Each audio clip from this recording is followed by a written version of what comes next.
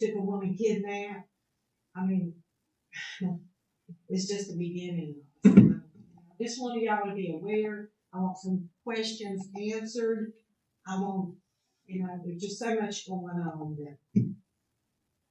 So the two questions, I mean, I'll just start, I made notes, the trees, I mean, do we know specific? Bryce can get in touch with it on that. Okay, so Bryce, you'll follow up on, okay, so Bryce will follow up with you on that type of tree. And I'll just follow up on the lane. I remember seeing the plans that DOT required for the lane addition. And I don't have it in front of me, of course, but isn't it where they come like up from the interstate, like a right-hand turn off into 7-Eleven? Is that correct? Deceleration lane coming from the interstate and turn lane. Okay, so a center turn lane coming down from Rock Barn Road to turn left, and then the deceleration lane coming up to turn right. So that'd be a net addition, like you said, of essentially two. I believe the deceleration stops at the same time the turn lane starts, so it's really a net at the one. Oh, okay. That makes sense. I didn't hear them. So the deceleration lane stops where the turn lane starts coming from the opposite direction, so it's a net extra lane too. Well, the truck is a deceleration lane that's coming, and it comes from the interstate. That's why they want two lanes coming off the exit 140 West. So that's a deceleration lane for the truck. And then coming from Rock Barn, from the northbound area, then that is a turn lane. Yes. To allow people to get into which I still don't understand it. I don't know what kind of traffic study they did, but from everything I've heard, the 7-Eleven, I want the interstate traffic, going right to Rock Barn, and that's what I'm saying, probably 1% to 2% are going to turn right. Everybody else is going to get on the interstate. Bryce can send you a copy. I've got it. I've got copies. But yeah, it's not all the it's not a right turn lane out of 7-Eleven. Deceleration lane south of 7-Eleven. Left turn in 7-Eleven. But you're right. It is, but it is a second lane. It is a second lane. It's a net of one extra lane.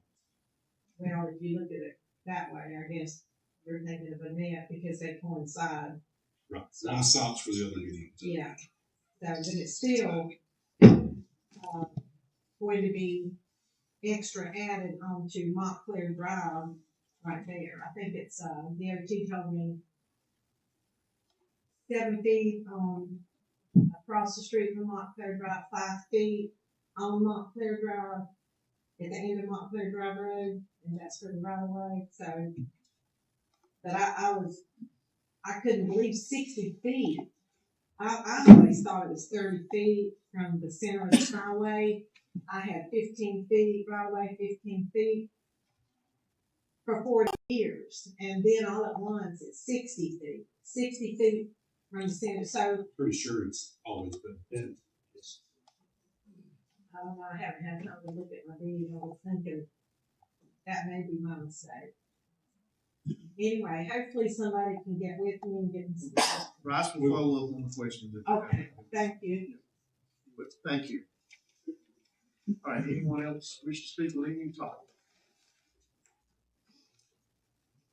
Okay, seeing none, we were going to have a presentation by our auditors, but I heard right before the meeting began that the report is still not ready yet, so that presentation is not happening tonight.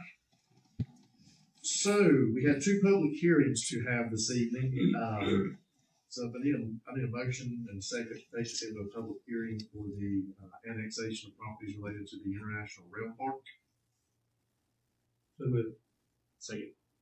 Motion by Dale, second Dane, all in favor? Motion carries. All right, we are now in public hearing to discuss this topic related to the new Claremont Industrial Rail Park, which is essentially phase 2 of the industrial park with a focus on rail. Jason, you want to Bryce is going to do a real quick presentation. Basically, what we're doing is taking in the newly acquired parcels that the county acquired recently, JMR parcels and MBHC parcels into the city limits.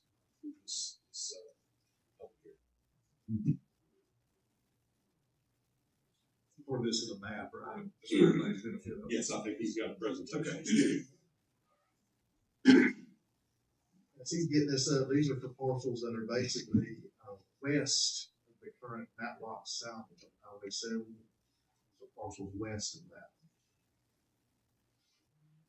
Okay, so this is annexation 04/2025 for 4 parcels owned by the county currently for the rail park project. Then there's 1, 2, 3, and then there's a very small parcel that's mostly in the railroad right of way. That's the 0.51 larger properties in total of 63 acres. And there's current city limits with their part of map lots, and then the property of itself, and then this is basically before and after what we're doing. And here's the remainder of the current real properties that we currently have. Any questions on that?